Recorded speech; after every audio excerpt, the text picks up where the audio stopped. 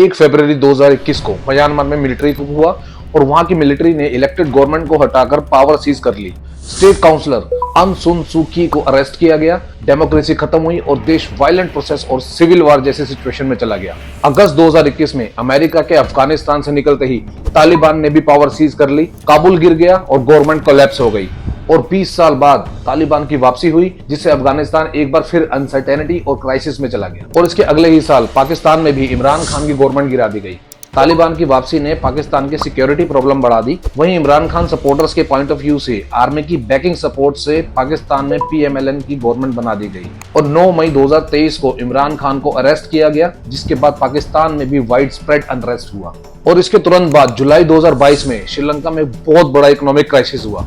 Fuel, food और medicine की shortage ने मास प्रोटेस्ट करवा दिए। 9 जुलाई 2022 को प्रोटेस्टर्स ने प्रेसिडेंट हाउस को घेर लिया और 13 जुलाई 2022 को वहां के प्रेसिडेंट गोटाबाया राजपक्षे रिजाइन करके देश छोड़ गए। वहीं अगस्त 2025 में बांग्लादेश में स्टूडेंट प्रोटेस्ट से एक बड़ी पॉलिटिकल क्राइसिस शुरू हुई। गवर्नमेंट जॉब्स के कोटा सिस्टम के खिलाफ आंदोलन हुआ जो नेशन वाइड हो गया। 5 अगस्त 2024 को प्रोटेस्टर्स PM रेजिडेंट तक पहुंच गए और वहां पर कब्जा कर लिया। प्रेशर के बाद वहां की PM शेख हसीना ने रिजाइन किया और आर्मी की हेल्प से देश छोड़ दिया और वो आज भी इंडिया में रह रही हैं।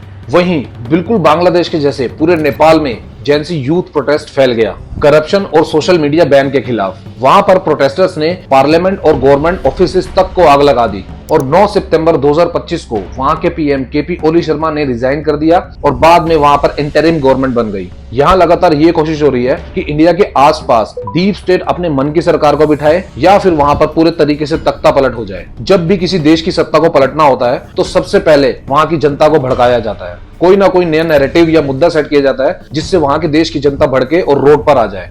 अब जरा भारत की तरफ देखिए, यहाँ भी बहुत टाइम से लगातार नैरेटिव सेट करने की कोशिश की जा रही है। कभी सितंबर 2020 में किसान आंदोलन के नाम पर दिल्ली की चौखट पर भीड़ इकट्ठी कर दी जाती है, कभी मई 2023 को मणिपुर को जलाने की साजिश की जाती है, कभी एक के बाद एक ट्रेन डिरेल कराए जाते हैं ताकि एक बार जब भीड़ सड़कों पर आ जाए तो फिर सरकार को हिलने में वक्त नहीं लगता। अभी कुछ टाइम से एक और नैरेटिव सेट किया जा रहा है। वोट चोरी के नाम पर भीड़ इकट्ठी की जा रही है और जनता को आग लगाने के लिए उकसाया जा रहा है, जबकि ये कोई मुद्दा ही नहीं है। ये बात देश के लोगों को समझनी चाहिए कि इस देश में जो भी समस्याएं पैदा की गई हैं वो बाहर से पैदा की जा रही हैं और इस मुहिम में हमारे ही देश के कुछ लोग उन बाहरी ताकतों को सपोर्ट कर रहे हैं ताकि यहाँ भी अनसर्टेनिटी बढ़ जाए और इससे वो लोग अपना फायदा निकाल सकें। हमारे देश के लोगों को इस मैटर को बिल्कुल भी लाइट नहीं लेना चाहिए और इस चीज को गहराई से समझना चाहिए कि कुछ चुनिंदा लोग इस आग को भड़काने की कोशिश में लगे हुए हैं और बस इंतजार किया जा रहा है कि कब जनता सड़कों पर आए। लेकिन शुक्र है इस देश के PM नरेंद्र मोदी और उनकी कैबिनेट का, जो इस गहरे षड्यंत्र को समझते हुए शांत दिमाग और ठोस डिसीजन से इस आग को ठंडा कर रहे हैं। क्योंकि अगर एक भी फैसला गलत हो गया तो ये लोग इस देश को जलाने में देर नहीं करेंगे। इसलिए be alert and trust the government. Pakistan में भी इमरान खान की गवर्नमेंट गिरा दी गई। वहां की PM शेख हसीना ने रिजाइन किया और आर्मी की हेल्प से देश छोड़ दिया।